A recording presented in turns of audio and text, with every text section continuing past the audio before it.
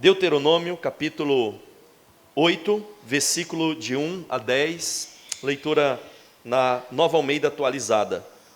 Diz assim a palavra do Senhor: Tenham o cuidado de cumprir todos os mandamentos que hoje lhes ordeno, para que vocês vivam, se multipliquem, entrem e tomem posse da terra que o Senhor prometeu sob juramento aos pais de vocês.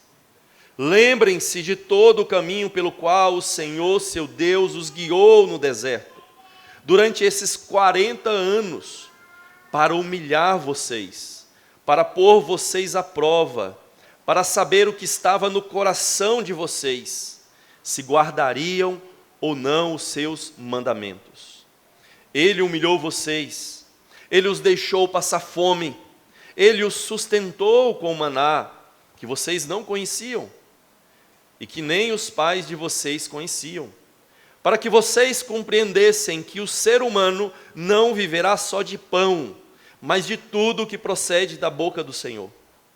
Durante esses 40 anos, as roupas que vocês usavam não envelheceram, e os seus pés não ficaram inchados. Portanto, saibam em seu coração que assim como um homem disciplina o seu filho, assim o Senhor, seu Deus, disciplina vocês. Guardem os mandamentos do Senhor, seu Deus, para que vocês andem nos seus caminhos e o temam, porque o Senhor, o Deus de vocês, os faz entrar numa terra boa, terra de ribeiros de águas, de fontes, de mananciais profundos, que saem dos vales e das montanhas, terra de trigo, de cevada, terra de vinhas, figueiras e romanzeiras, terra de oliveiras, de azeite e mel, terra que vocês não terão escassez, e nem lhes faltará nada, terra cujas pedras são ferro e cujos montes vocês extrairão cobre. Vocês comerão e ficarão satisfeitos, e louvarão o Senhor, seu Deus, pela boa terra que lhes deu. Meus irmãos, o livro de Deuteronômio literalmente significa a segunda lei, a repetição da lei.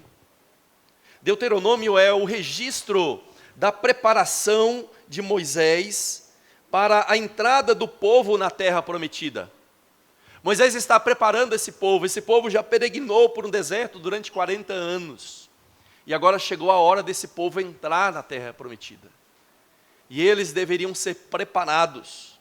Parece que Deuteronômio é, como alguns dizem, o registro dos sermões ou discursos de Moisés preparando aquele povo para a entrada e a posse dessa terra prometida.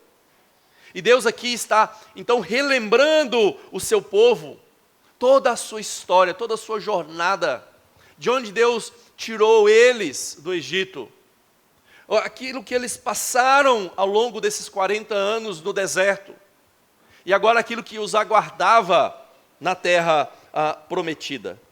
E nós vemos aqui claramente nesse texto, irmãos, que o deserto foi um lugar de preparação.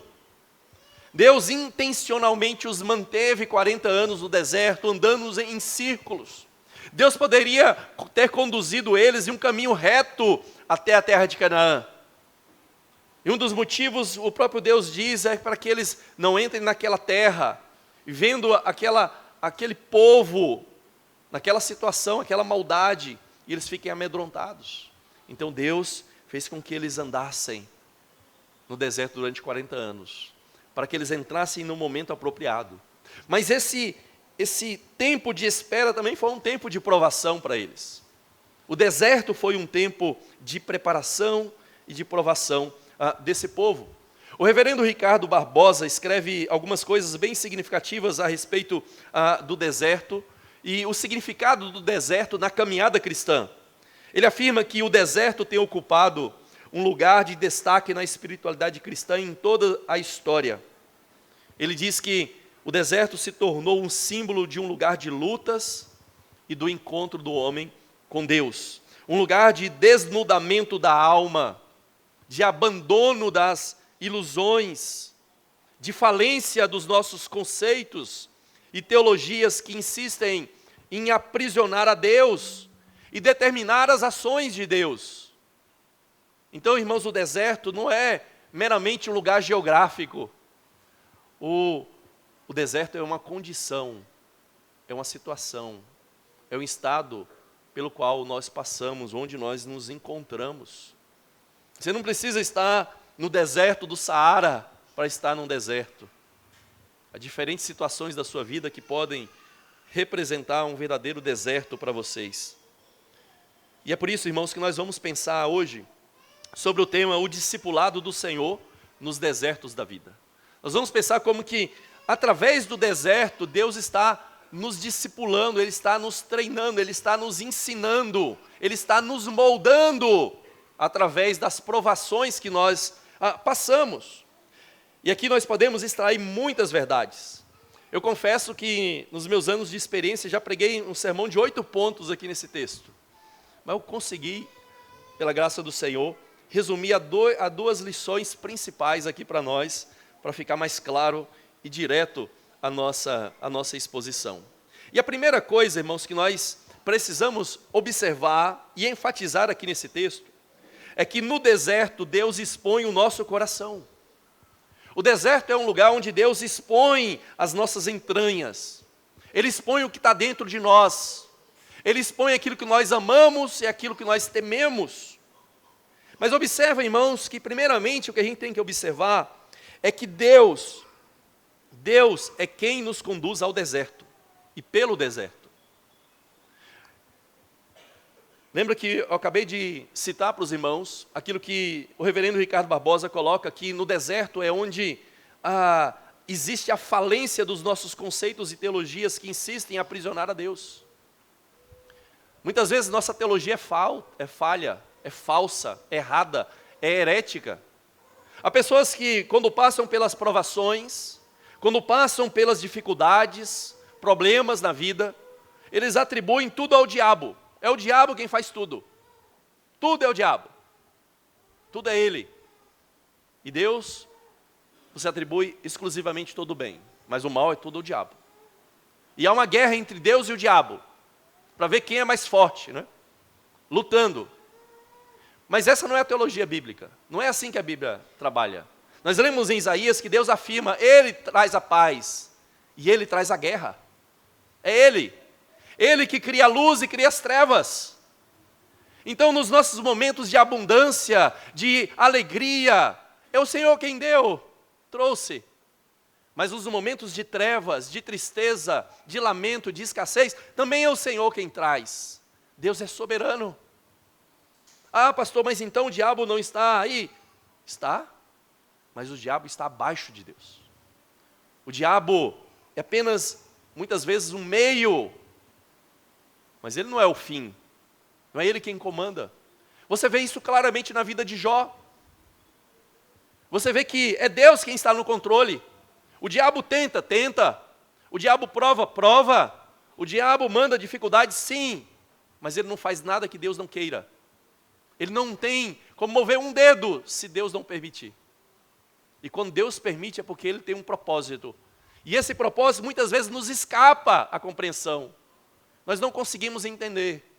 E eu creio, irmãos, que muitas vezes nós não entenderíamos nem se Deus explicasse, desenhasse para a gente, como nós dizemos. É mais elevado do que nós podemos compreender. Então veja que Deus claramente aqui, Moisés claramente diz que foi Deus quem conduziu eles ao deserto e pelo deserto. Lá em Isaías é dito que Deus colocou nesse povo o seu espírito e os guiou pelo deserto. Deus estava guiando esse povo pelo deserto, com o seu espírito, agindo neles, agindo por meio de Moisés, como um pastor que conduzia aquele rebanho pelo deserto. Lá em Mateus capítulo 4, versículo 1, depois que Jesus é batizado, depois que o Espírito desce sobre Cristo, e o torna o Cristo, porque Cristo significa o ungido, o escolhido, e ele então, agora ungido pelo Espírito, pronto para a sua missão, o que é que acontece? Ele é levado para o deserto. É dito que o Espírito o leva primeiramente para o deserto, ele não leva para as multidões, ele não leva para a sua missão, ele leva primeiro para a provação, para o deserto. E ali Cristo é provado, ele é tentado pelo diabo, durante os 40 dias. A gente vê o registro de 3 tentações, mas se você ler direito os evangelhos, você vai ver que foram muito mais do que essas 3. Essas 3 apenas são uma amostra que representa a totalidade. Mas Jesus passou 40 dias sendo tentado ali no deserto. A semelhança de Israel também. Irmãos, veja que o deserto, ele funciona como um megafone de Deus. Um megafone para nos fazer ouvir e a lembrar. Veja que o texto diz claramente, lembrem-se de todo o caminho pelo qual o Senhor, seu Deus, os guiou no deserto. Então o que Deus quer é que eles possam ouvi-lo e se lembrar daquilo que o Senhor fez com eles e das lições que eles deveriam ter aprendido. E o deserto, então, irmãos, ele serve de megafone para nos fazer ouvir e lembrar do Senhor. É C.S. Lewis quem afirma isso. Ele afirma que o sofrimento é o megafone de Deus para despertar um mundo ensurdecido. Irmãos, muitas vezes, quando a nossa vida está tranquila, está calma, quando nós desfrutamos de bênçãos, de bens, nós tendemos a nos esquecer de Deus. As coisas estão muito confortáveis. E muitas vezes Deus nos acorda com a tribulação. É como você está no avião, viajando, viagem de cruzeiro, calmo, e de repente vem a turbulência e você acorda.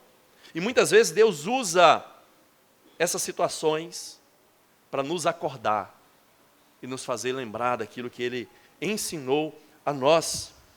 E é por isso, irmãos, então, que Deus usa esse megafone. E Ele quer não só nos fazer lembrar, mas Ele quer, através do deserto, como o texto claramente diz, o deserto é onde Ele abre e expõe o nosso coração. Olha o que o texto diz. Que Deus os guiou pelo deserto durante esses 40 anos para humilhar e para pôr à prova, para saber o que estava no coração de vocês. Então veja, irmãos, que no deserto nós somos pressionados contra a parede. As coisas estão tensas. E você sabe que se você apertar uma garrafa de refrigerante, ela vai jogar para fora aquilo que está dentro. Se tiver Coca-Cola, vai sair Coca-Cola. Se tiver Guaraná, vai sair Guaraná. E quando você passa pelas tribulações da sua vida, você expõe o que está no seu coração. E é isso que Deus está fazendo aqui nesse texto. Deus afirma claramente que Ele queria expor o que estava no coração deles. E o que é o coração? O coração, irmãos, é o nosso ser oculto, é o homem interior. É o nosso ser mais profundo, é a nossa alma, é um lugar mais escondido de nós, que muitas vezes nem nós conhecemos. A Bíblia afirma isso, que quem pode conhecer o coração humano? Só Deus sonda o coração, Deus conhece. Mas então por que Deus está dizendo que Ele queria testar, colocar à prova, para saber o que estava no coração deles? É óbvio que Deus sabia, é eles quem não sabiam. Eles que não sabiam, somos nós que não sabemos o que está no nosso coração. E a provação traz isso à tona. A provação traz à tona os nossos pensamentos. O que de fato nós pensamos sobre Deus? É que Deus é um Deus bom ou é um Deus injusto? É um Deus amoroso que cuida de nós ou é um Deus que não cuida de nós? E a tribulação vai trazer isso à tona. A tribulação, irmãos, vai trazer à tona a sua verdadeira teologia. No que você de fato acredita sobre Deus. E ao passar pelo deserto, você expõe esses pensamentos. Ao passar pelo deserto, você expõe as suas emoções e sentimentos mais profundos. Ali quando você é pressionado, você expõe ali os seus desejos, que você mais deseja e anseia na sua vida. Quais são os seus grandes objetivos? Quais são as coisas que, se você perder, você vai blasfemar contra Deus? Você vai desprezar a Deus e abandonar a Ele?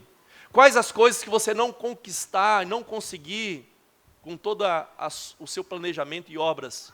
Você também vai blasfemar e vai reclamar contra o Senhor.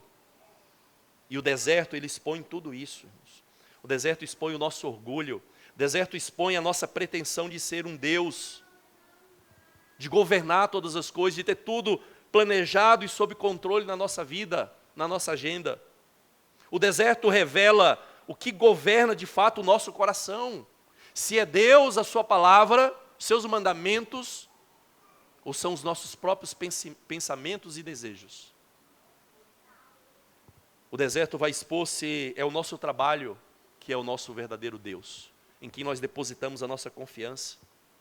O deserto vai provar e demonstrar se é as nossas finanças, o nosso dinheiro, o nosso sustento, quem de fato é a nossa segurança. O deserto vai provar se é a nossa saúde, a nossa própria vida, aquilo que governa as nossas ações.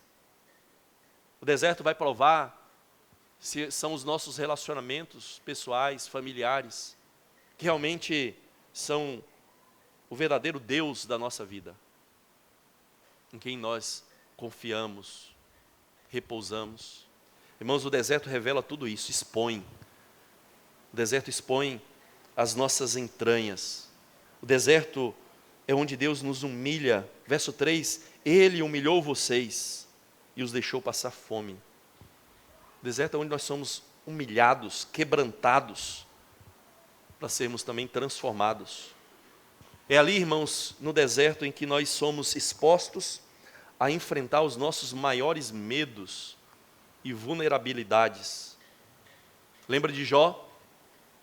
No capítulo 3, logo no início ali da sua história, Jó vai afirmar o seguinte: aquilo que temo me sobrevém, e o que receio me acontece. Não tenho descanso, não tenho sossego, não tenho repouso, só tenho inquietação.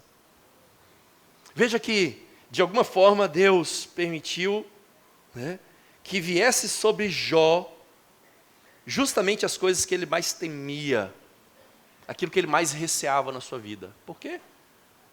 Porque eram coisas que acabavam controlando o coração dele.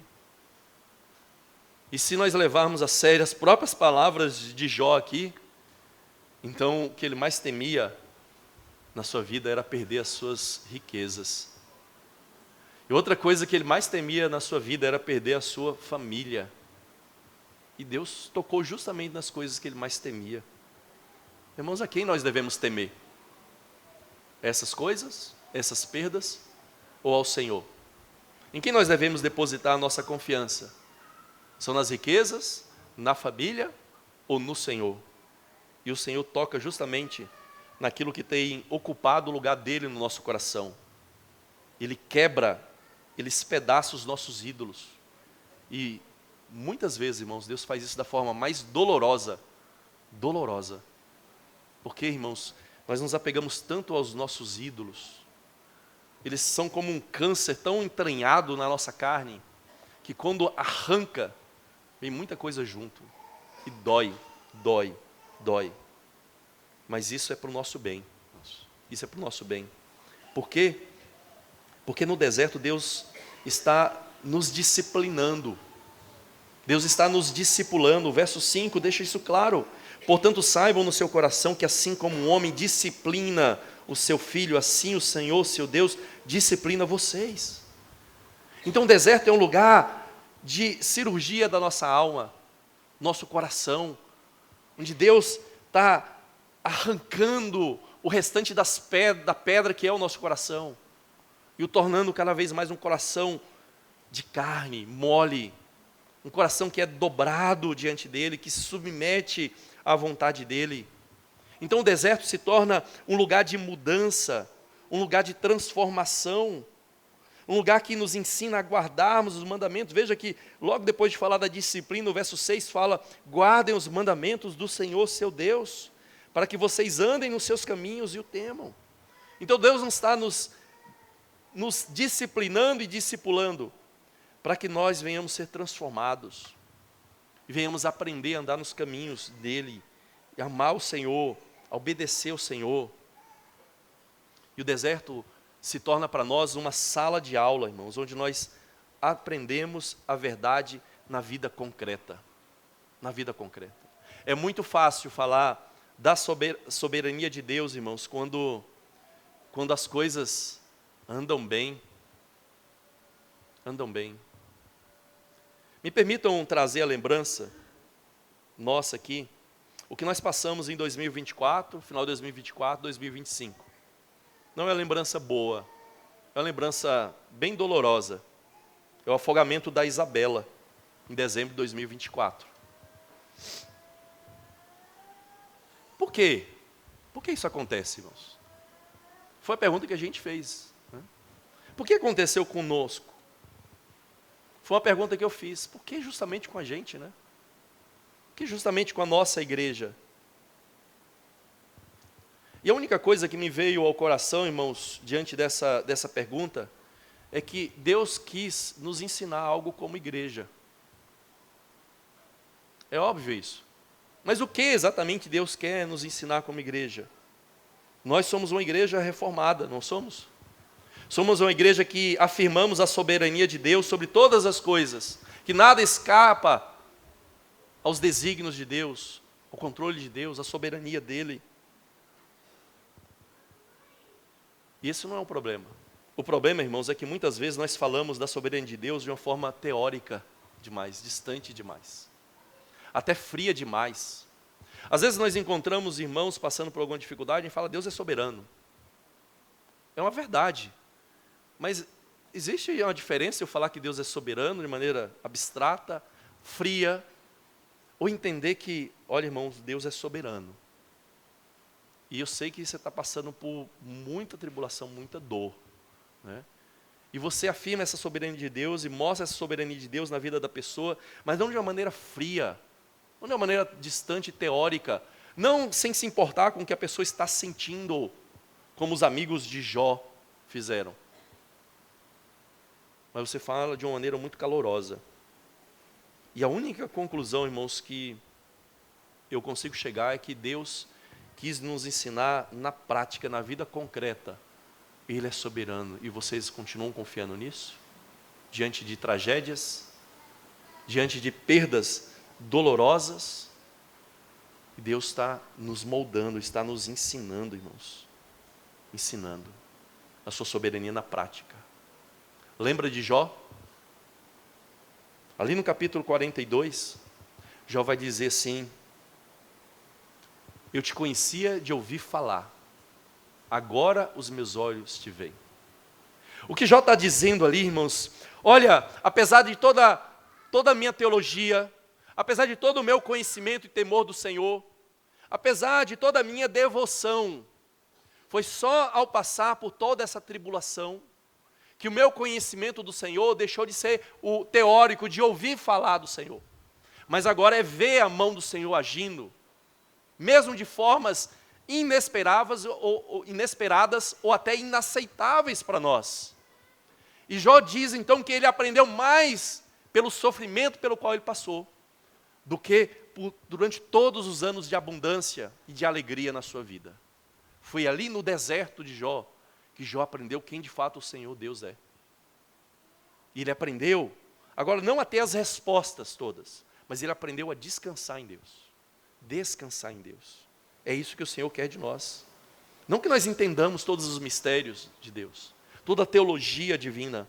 Não, Ele quer que a gente aprenda a descansar nele, a confiar nele, independentemente das situações. Mas em segundo lugar, irmãos, no deserto, Deus nos ensina a esperar nele. Que eu estava justamente afirmando agora. Essa é a segunda lição aqui do texto para nós. Veja que, embora eles peregrinassem no deserto por 40 anos, Deus sustentou eles. Apesar deles passarem fome, sede, escassez, Deus estava sustentando de qualquer maneira. Então o deserto é onde Ele cuida também de nós. É onde Deus nos sustenta de uma forma inesperada. Inesperada. Veja uma forma inesperada que Deus sustentou eles no deserto. com o maná que eles não conheciam. O maná. E o que é o maná, irmãos? O que é o maná? Será que é o bolo da Bia? Aquele bolo delicioso, recheado, suculento, que você não consegue ficar só numa fatia? Era isso? Que era o maná? Sabe o que significa maná em hebraico? Maná significa, o que é isto? O que é isto? Que coisa é essa? Essa é a ideia da palavra maná. Por quê? Porque quando Deus mandou o maná, o povo ficou assim, que coisa é essa? Que trem é esse aí? Né? Porque, ou seja, Deus mandou algo inesperado para eles, e há alguns que entendem que esse maná ainda existe lá no deserto, que é uma secreção de inseto. Se é verdade, eu acho possível isso, né? Mas se é verdade, é algo meio nojento, né? Você pensar que você estava comendo uma secreção de inseto, e que Deus multiplicou isso de maneira abundante, assim como as cordonizes, não eram coisas que Deus criou do nada, Deus multiplicou as cordonizes, e alimentou esse povo com as codornizes. Então o milagre, assim como a multiplicação do pão e dos peixes, não foi criar coisas do nada, mas foi multiplicar aquilo que havia. E há quem entenda então que o maná era essa secreção de insetos, cheia de aminoácidos, proteínas, carboidrato, e que sustentou esse povo. Mas veja que esse povo desprezou a forma que Deus o sustentava, né? O povo já estava meio enfastiado daquela mesma comida o tempo todo. Mas veja, irmãos, que muitas vezes Deus não nos sustenta na abundância ou na forma como nós queremos. Deus não te sustenta dando riqueza e sobra. Às vezes Deus te sustenta toda a sua vida com um pouquinho que você tem. Mas você continua vivo, você continua tendo alimento. Você pode não ter um carro que você gostaria de ter, a casa que você gostaria de ter, mas você tem um teto ainda. Deus te sustenta. Deus fez isso com aquele povo. Ele sustentou de forma inesperada. Não da forma como eles esperavam e gostariam, mas da forma como Deus quis prová-los, testá-los. E por que isso, irmãos? Para que a gente aprenda a confiar, descansar e esperar na sua palavra. É o que o texto afirma, para que o homem soubesse que não é só de pão que vive o homem, mas de tudo que procede da boca de Deus. E tudo que procede da boca de Deus tem dois sentidos, irmãos. Tem um sentido de aquilo que o Senhor nos ensina, é isso que deve nos sustentar, é isso que deve nos mover, é a palavra de Deus, é os mandamentos do Senhor, são os princípios da Bíblia Sagrada que devem nos guiar, nos sustentar. Mas um outro sentido de palavra de Deus é a ordem de Deus, é o comando de Deus. Como o Deus que criou o universo disse, haja luz e houve luz, é aquele Deus também que ordena e as coisas acontecem. Ele ordenava o maná e o maná surgia, aparecia, se multiplicava, se assim for verdade. As codornizes surgiam, a água brotava da rocha. O texto diz até mesmo que as roupas e as sandálias deles não se envelheceram naqueles 40 anos. Ou seja, Deus preservou o pouco que eles tinham, conservou aquilo para sustentá-los. E Deus, na sua palavra, na sua ordem e nos seus mandamentos, Ele está nos guiando e está nos sustentando, irmãos. Sabe que isso é semelhante àquele texto de Lucas capítulo 5, em que os apóstolos estavam pescando e eles passaram a noite inteira trabalhando na pesca e não pegaram nada. Mestre, havemos trabalhado toda a noite, nada apanhamos. Aí ele diz o seguinte, mas sobre a tua palavra lançarei as redes. A ideia é, sobre a ordem do Senhor, já que o Senhor está mandando, já que é a palavra do Senhor, então eu vou lançar as redes. Essa confiança. Né? É isso que o texto nos ensina. Que nós dependemos dessa palavra do Senhor. Tanto dos mandamentos de Deus, como também desse comando, dessa ordem de Deus para que as coisas aconteçam ou não na nossa vida. E sabe o que é interessante, irmãos? Que lá em Mateus capítulo 4, Jesus, ao enfrentar Satanás, ele usa justamente essa passagem aqui, para dizer, nem só de pão viverá o homem, mas de toda palavra que procede da boca de Deus. Ou seja, eu irei obedecer o meu Pai, o que meu Pai ordena. E se o meu Pai quiser que eu tenha alimento, Ele ordenará e eu terei esse alimento. Mas se Ele não quiser, eu permanecerei sem. Ele não quis usar os seus poderes divinos de uma maneira que não fosse apropriada e dentro do desígnio da vontade do Pai. Irmãos, assim é a nossa vida. Como eu já afirmei, Deus nem sempre nos sustenta na abundância. Deus demonstra muitas vezes o seu cuidado de uma forma que nós não esperamos, não queremos. Ele sustenta no pouco que a gente tem, mas que não falta. E é por isso que a gente precisa se lembrar.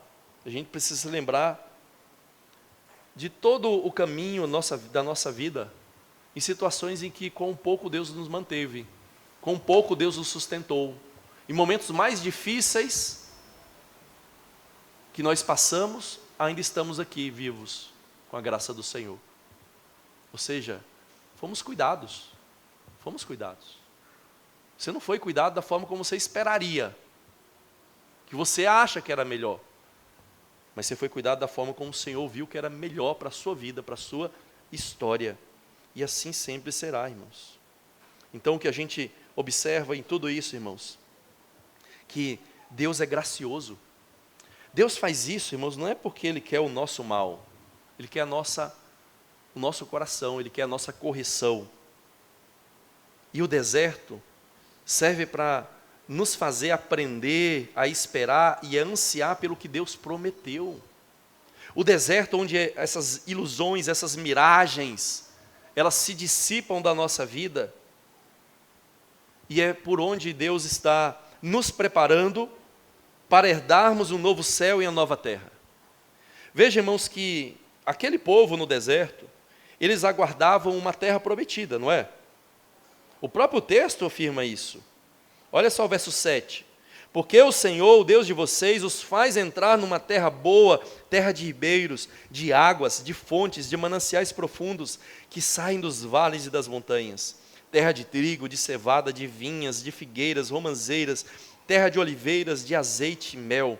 E o verso 10 termina: vocês comerão, ficarão satisfeitos, louvarão o Senhor, seu Deus, pela boa terra que lhes deu. Então veja, Deus estava preparando eles para uma terra. E a gente sabe, queridos, que aquela terra não era tudo isso aqui. Vamos dizer assim, aqui está superestimado, na melhor das expectativas. Não foi tudo isso. E por que não foi tudo isso, irmãos? Porque aquela terra, no final das contas, irmãos, é apenas um tipo que aponta para a verdadeira terra que Deus prepara para nós. A Escritura fala de um novo céu e uma nova terra, da qual habitarão a justiça, onde os ímpios serão arrancados da terra e o justo permanecerá na terra. Então nós aguardamos ainda um novo céu e uma nova terra. Assim como Deus tinha um povo escolhido, limitado, que era Israel, naquela terra pequena e limitada, esse povo apontava não apenas para aquele povo, nação, mas para um povo de Deus em todo o mundo, em toda a terra, como se cumpre hoje na igreja. Mas também aquela terra pequena de Canaã aponta para toda a terra, para todo o mundo, que será transformado nesse jardim, nesse Éden, onde Deus habitará conosco, como diz Apocalipse. Então, irmãos, nós estamos sendo preparados por Deus, assim como aquele povo, para entrar numa terra, mas não para essa terra aqui agora, mas para aquela terra final, futura, perfeita, que Deus prepara para nós. Então é no deserto que Deus está tirando os nossos olhos daqui e agora e colocando os nossos olhos lá na frente, assim como Ele estava fazendo com aquele povo. Porque imagina se você tivesse tudo de bom e do melhor no deserto. Você fala, por que eu vou sair daqui, né? Para que eu vou sair daqui? Já pensou se a nossa vida não tivesse nenhuma tribulação, irmãos? Nenhuma perda? Você pensaria no céu? Você pensaria nessa nova terra? Você ansiaria por ela? Você oraria pedindo que o Senhor voltasse para consumar a sua obra? Você não faria isso. Você estaria satisfeito com tudo que você tem. Então, irmãos, Deus nos faz passar pelo deserto para que a gente possa perceber, olha, aqui eu jamais terei felicidade e alegria perfeita e plena. Eu preciso ansiar, e eu preciso ser preparado pelo Senhor para entrar nesse novo céu e nessa nova terra. Portanto, irmãos, o que nós percebemos claramente nesse texto, o que nós aprendemos desse texto, é que no deserto Deus expõe o nosso coração, e que no deserto Deus nos ensina a esperar nele, a descansar nele. O reverendo Ricardo Barbosa, numa citação, novamente, ele diz o seguinte: o deserto é o lugar onde os ídolos modernos são quebrados, onde não existe nenhum outro valor que possa substituir a Deus. É também no deserto que o homem não tem mais onde se esconder. É o lugar da nossa nudez, do nosso total abandono e do encontro real e verdadeiro com Deus. Lembra de Jó? Te conhecia de ouvir falar, agora os meus olhos te veem. Foi no deserto, foi em todas as provações que Jó aprendeu agora a conhecer o Senhor verdadeiramente, de maneira real, na vida prática, não no livro, não de ouvir falar, alguém falar, mas agora experimentou e conheceu a Deus. Irmãos, para a gente concluir, eu gostaria de destacar que muitas vezes nós, eu e você, não queremos a Deus. Não queremos a Deus. Muitas vezes você quer o que Deus pode dar. Muitas vezes as pessoas vêm à igreja ou adotam uma religião por aquilo que Deus ou um Deus pode dar a ela, e não por aquilo que Deus de fato é. E se Deus hoje removesse provisão, conforto, estabilidade da sua vida, a sua fé iria permanecer? Ou sua fé evaporaria assim como as demais coisas da sua vida?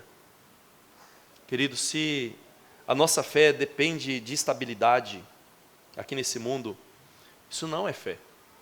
Isso é apenas conveniência. É apenas algo conveniente para nós, porque nos traz algo que nós queremos. E esse texto aqui, queridos, então fica de lição para nós, como que ele expõe a nossa ilusão moderna, a ilusão de uma espiritualidade baseada em bênçãos, especialmente bênçãos materiais ou emocionais. E Deus, deliberadamente, Ele cria cenários desérticos, onde a nossa autossuficiência humana é destruída, para que agora a gente não tenha onde se agarrar, exceto nele, exceto no Senhor. E a minha pergunta para você é: você já passou pelo deserto? Você já passou pelo deserto? E você, então, tendo passado pelo deserto, você se lembra, como diz o texto aqui, você se lembra de todo o caminho pelo qual o Senhor conduziu pelo deserto? Você tirou lições desse deserto? Você aprendeu com ele? Você foi transformado? Você cresceu? Ou você se tornou pior? Se tornou um pior crente? Um pior cristão? E você que talvez esteja passando pelo deserto? Você que esteja sendo provado de forma análoga a Jó, de forma análoga a Israel, na escassez, na falta, na fome, na sede. Você tem visto as suas entranhas e o seu coração serem desnudados diante dos seus olhos? O que tem vindo à tona diante do deserto que você enfrenta? O que tem saído para fora? Você tem aproveitado essa revelação do seu próprio coração, né, de quem você realmente é, o seu ser mais profundo, do quão pecador você é, para então perceber as áreas que precisam ser mudadas na sua vida? Irmãos, eu creio que a resposta por muitos dos nossos porquê ou para quê se encontram nas nossas próprias reações. Se você quer saber por que você está passando por dificuldades no trabalho, enfrentando problemas lá, talvez a resposta esteja na sua reação a essa situação. Como é que você reage a isso? É com ira, com amargura, com murmuração, ou se voltando para Deus e descansando nele. E se você está reagindo com ira, com murmuração e reclamação, é justamente as coisas que Deus quer mostrar para você tratar e aproveitar bem essa escola do deserto e ser um novo homem, uma nova mulher. Se Deus te faz passar por uma enfermidade, qual é a sua reação diante dessa enfermidade? A sua reação é um medo desesperado? É um desespero em pensar, o que vai ser da minha família? Talvez essa reação seja a resposta do porquê e para quê. Deus quer tratar isso no seu coração. Deus quer tirar isso do seu coração. E você tem um papel nisso também. Deus é soberano, nós somos responsáveis. Deus não trata a gente como robô. Deus quer nos mover no caminho dele de maneira consciente. Quer dobrar a nossa cerviz para a gente seguir o que ele diz para a gente fazer. Você tem aproveitado então essa escola do deserto para crescer como discípulo do Senhor? Você tem imitado a Ele? Tem seguido a Cristo de perto? Meus irmãos, Cristo, quando foi ungido pelo Espírito para a sua missão, Ele foi levado ao deserto, não foi?